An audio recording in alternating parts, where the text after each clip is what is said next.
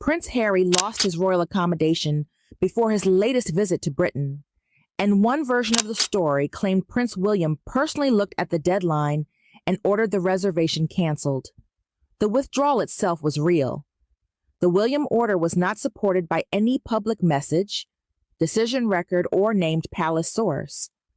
More importantly, Buckingham Palace and Harry's team described the same arrangement in sharply different ways. Palace sources said Harry failed to confirm in time, declined, and then changed his mind too late. His spokesperson said the offer had already been accepted before it was withdrawn. Days later, King Charles welcomed Harry, Meghan, Archie, and Lilibet privately at Highgrove. So was this simply a lesson in manners?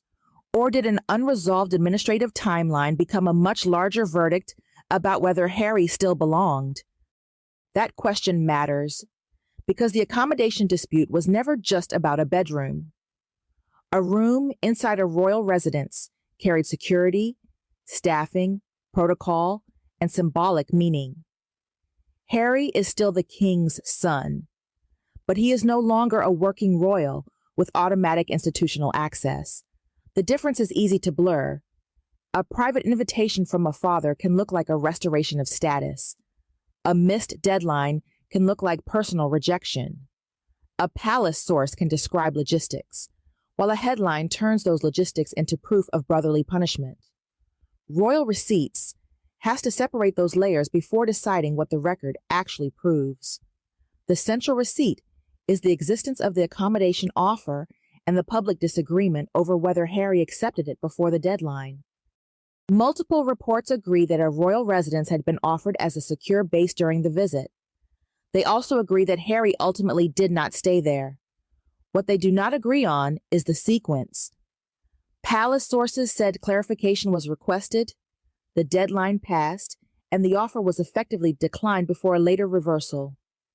Harry's representative said the arrangement had been formally accepted and was then withdrawn. Without the original correspondence, both sides are presenting a version rather than a complete document trail. The dispute became especially striking because the public contradiction happened almost immediately. Harry's team indicated that he would stay at a royal residence, and within roughly 15 minutes the palace account said that would not happen. That speed is important. It suggests either a serious communication failure or a rapid battle to control the first public interpretation. If the issue were only housekeeping, the contradiction might have been resolved privately. Instead, two competing narratives appeared in public almost at once. One suggested Harry had accepted. The other suggested he had missed the moment.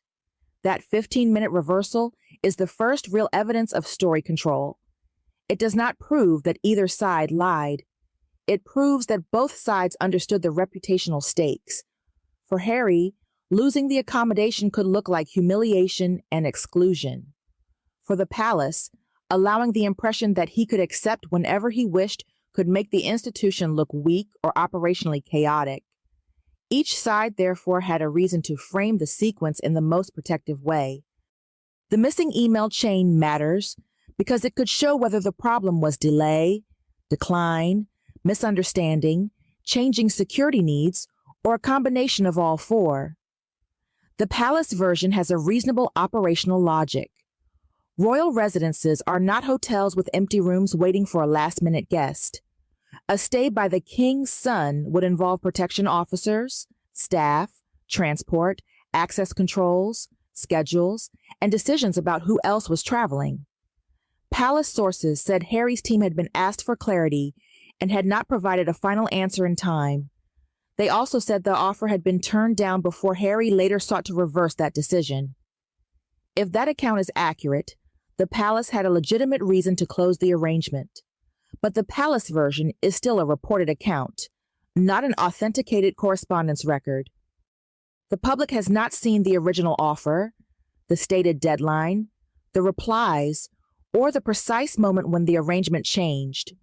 We do not know whether declined meant a firm rejection or a temporary response while security was unresolved. We do not know whether the later request was identical to the original one. We do not know whether staff genuinely could not be recalled or whether the deadline also served a symbolic purpose. Those missing details prevent a complete verdict. Harry's version also has a reasonable logic. His team said security arrangements were complex and had to be settled before the visit could be confirmed. That was not a trivial concern. Harry has spent years challenging the level of police protection available to him and his family in Britain. If Meghan and the children might attend, the needs would be different from Harry traveling alone. His spokesperson said the accommodation had been formally accepted before it was withdrawn. If that account is accurate, then the palace explanation of a simple missed deadline is incomplete. Yet Harry's version also has gaps. The public has not seen a time-stamped acceptance. There is no published message showing that the palace acknowledged a final confirmation before withdrawing the offer.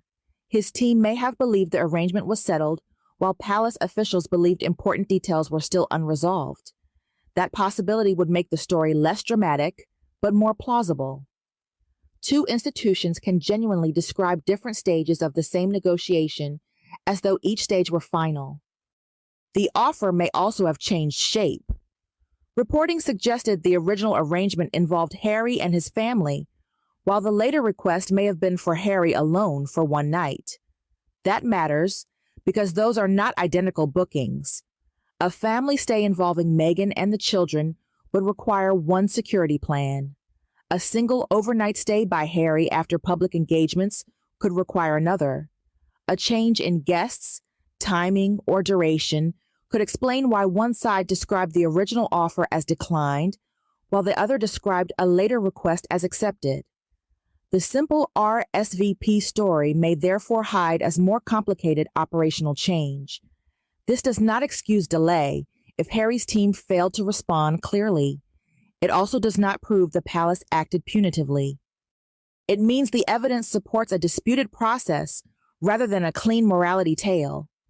The competitor turned that process into an imagined scene in which William looked at a calendar and said, "Cancel it." No message, witness, or reliable report was shown to support that reconstruction. It may have been emotionally satisfying, but it was not a receipt. The William claim is the weakest major part of the rival story. Harry's relationship with his brother is strained, so the idea feels believable to viewers. William is also the heir and has a strong interest in protecting institutional order. But plausibility is not proof. The available reporting did not identify William as the decision-maker. One report said the withdrawal was understood to have been taken in consultation with King Charles. Even that remains reported information rather than a published decision record. The evidence can support a question about William's influence. It cannot support the statement that he personally ordered the cancellation. That distinction changes the character tension. The rival version sells brother against brother. William finally teaches Harry a lesson. The more defensible version is Harry against the palace process, with Charles positioned between family feeling and institutional rules. That is less theatrical, but it is more revealing. It asks whether the king can offer personal warmth while allowing official boundaries to remain firm. It also asks whether the institution can treat Harry as a special family member without restoring the flexible access he once had as a working royal. Security sits at the center of that conflict. Harry has repeatedly argued that the level of protection offered to him affects whether he can safely bring Meghan and the children to Britain. Palace officials, however, cannot leave accommodation and operational plans open indefinitely while waiting for a changing decision. Both statements can be true. Security may explain the delay without obliging the palace to preserve the arrangement forever. Staffing may explain the withdrawal without proving that no one intended to send a message. The strongest palace case is therefore practical. A deadline existed. Harry's team did not give the final confirmation expected. The stay required preparation. The offer was no longer operationally available when the response changed. The strongest Harry case is that the security situation made the original decision unstable. His team believed it had accepted, and the withdrawal was announced in a way that made him appear careless. Neither case has been fully proven because the correspondence remains private. The competitor avoided that balance because balance weakens the pleasure of punishment. It described Harry as entitled, manipulative, and convinced palace staff existed to wait for him. It also pulled Meghan into the explanation, suggesting she controlled the headlines and Harry's choices. But no evidence was offered that Meghan handled the accommodation response, directed a WhatsApp group, or instructed Harry to delay. Harry has his own advisors, security concerns, legal strategy, and responsibility for communicating his plans. Assigning every decision to his wife removes his agency and turns an administrative dispute into another accusation against her. That matters for the female audience because the pattern is familiar. A husband makes a contested decision, but the wife is treated as the invisible hand behind it. If Harry delays, Meghan must have told him to delay. If he rejects an arrangement, she must have rejected it for him. If he changes course, she must be manipulating the headlines. The record shown in this case does not establish any of that. Meghan and the children were affected by the security decision, but being affected by a decision is not the same as controlling it. The children were also used in the rival narrative as leverage against the palace. That claim went far beyond the available evidence. Archie and Lilibet mattered because their possible presence changed security, accommodation, and family stakes. They also mattered emotionally because Charles had not spent much time with them, but no evidence showed that Harry used them to blackmail the institution. Turning children into bargaining tools may intensify a video, but it lowers the standard of proof and places minors inside an adult reputation war. The most important new detail came after the room dispute.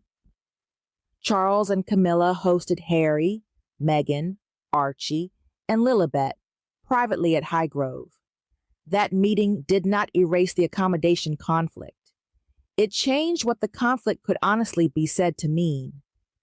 If Harry had been completely rejected as a son, the private family meeting would be difficult to explain. If he had been fully restored to royal status, the palace accommodation dispute would also be difficult to explain. The two events together reveal a boundary more precise than either extreme. Buckingham Palace represented institutional access. A stay there would have involved official security, staff, protocol, and the symbolic return of a former working royal inside the royal machine. Highgrove represented a private decision by a father to receive his son, daughter-in-law, and grandchildren. The first door closed over procedure. The second opened for family. Neither event canceled the meaning of the other. This is the heart of the new story. Harry could be welcomed privately without being restored publicly. Charles could act as a father without undoing the consequences of Harry leaving royal duties. The palace could enforce an administrative deadline without declaring permanent emotional exile. Highgrove did not prove reconciliation was complete. It proved rejection was not absolute. That difference is more important than the imagined moment of William saying, "Cancel it." Palace sources also reportedly left open the possibility that royal accommodation could be offered again on a future visit. That detail further weakens the idea of permanent expulsion. The failed arrangement appears to have applied to this specific trip and this disputed timeline. It may still have carried a message about notice, procedure, and change status, but it was not necessarily a lifelong ban. A room was withdrawn. A category of access was not formally abolished. The emotional wound is therefore more complicated than humiliation. Harry remains a prince and the king's son, but he no longer occupies the role that once made the institution adjust around him. For many families, the hardest boundary is not complete rejection. It is being told that you are still loved, but the old arrangement cannot continue. A parent may open a private home while refusing to reopen the entire system around an adult child. That is painful because it preserves affection while confirming that status has changed. The same distinction affects Meghan. A private Highgrove visit gave her and the children family access, but not a public royal role. She could attend as Harry's wife and the mother of Charles's grandchildren without returning as a working duchess. That arrangement may have been the only form of contact both sides could tolerate. It also explains why privacy mattered. Public ceremony would have looked like institutional rehabilitation. A private meeting allowed family contact without changing the formal settlement. The rival video framed the absence of palace accommodation as William protecting Catherine and the institution from Harry's attacks.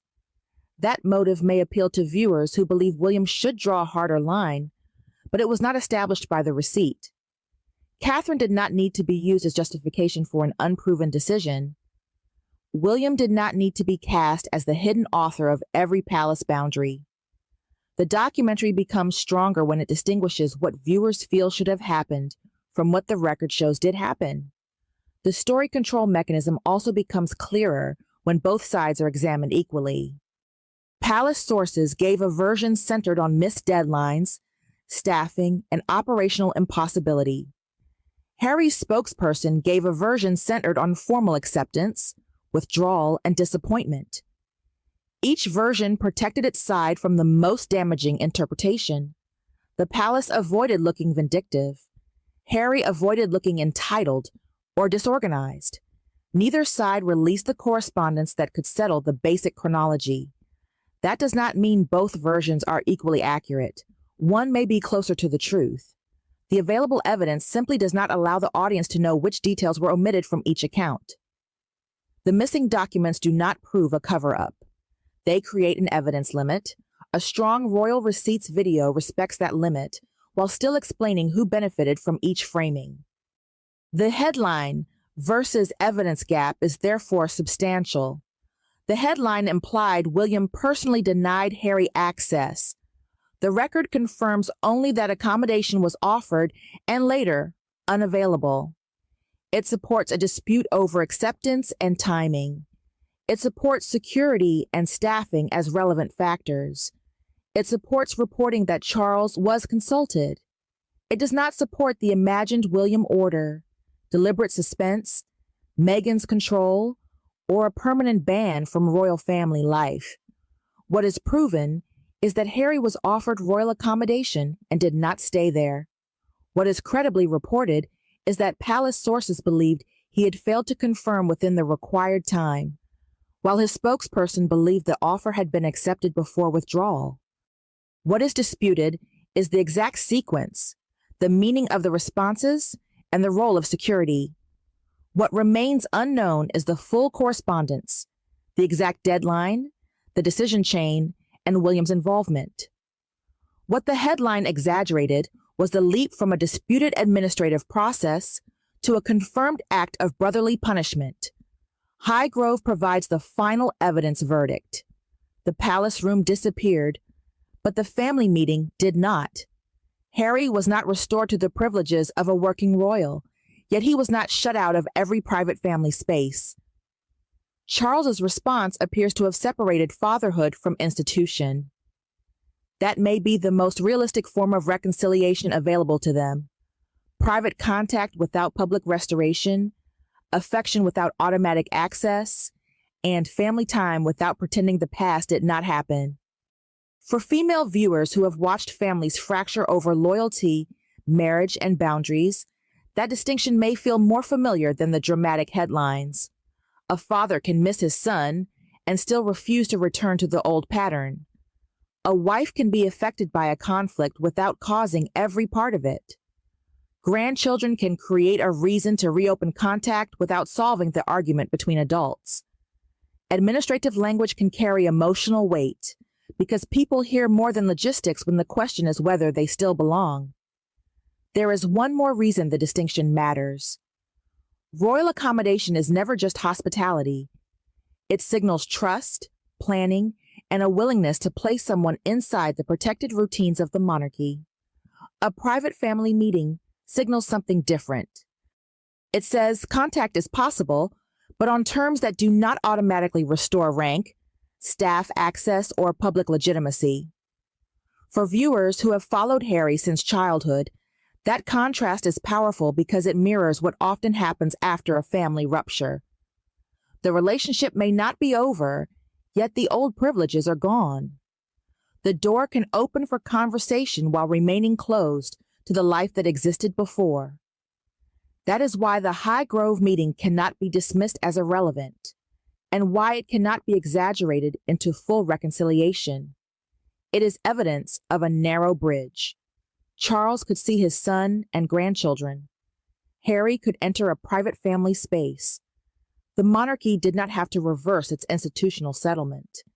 This middle ground is less dramatic than revenge or reunion, but it is more consistent with the receipts.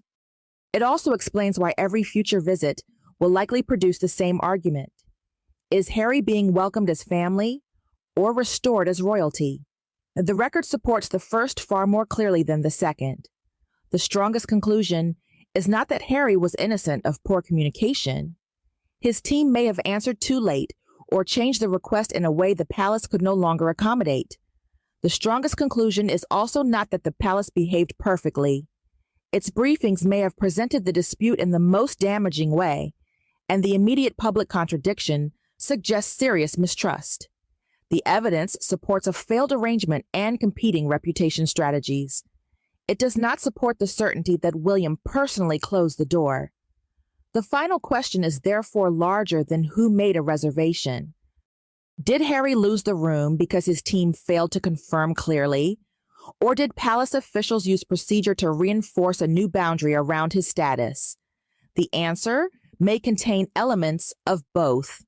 What the record shows is that institutional access became conditional, time-limited, and procedural. What Highgrove shows is that family access remained possible when Charles chose to make it private. That is the difference the rival version missed. Harry did not simply receive a harsh lesson in manners, and he was not simply the victim of a royal snub. He encountered the consequences of living between two identities. He is still a son, brother, husband, and father inside a fractured family. He is also a former working royal who can no longer assume the institution will reorganize itself around his uncertainty. The accommodation dispute made that change visible in the smallest possible object: a room. One side saw a practical arrangement that required a timely answer. The other saw a secure base carrying the king's invitation. The media saw a symbol of access, rank, and rejection. By the time the offer vanished, the room had become evidence for every existing belief about Harry. But the later timeline narrowed the verdict. The room was not proof that William had expelled Harry. Highgrove was not proof that the old relationship had been restored. Together, they showed a family trying to separate private contact from public status. The institution held its boundary. The father opened another door. So did Harry merely miss a deadline, or did the palace use one disputed reply to define exactly how far inside the royal world he is now allowed to come?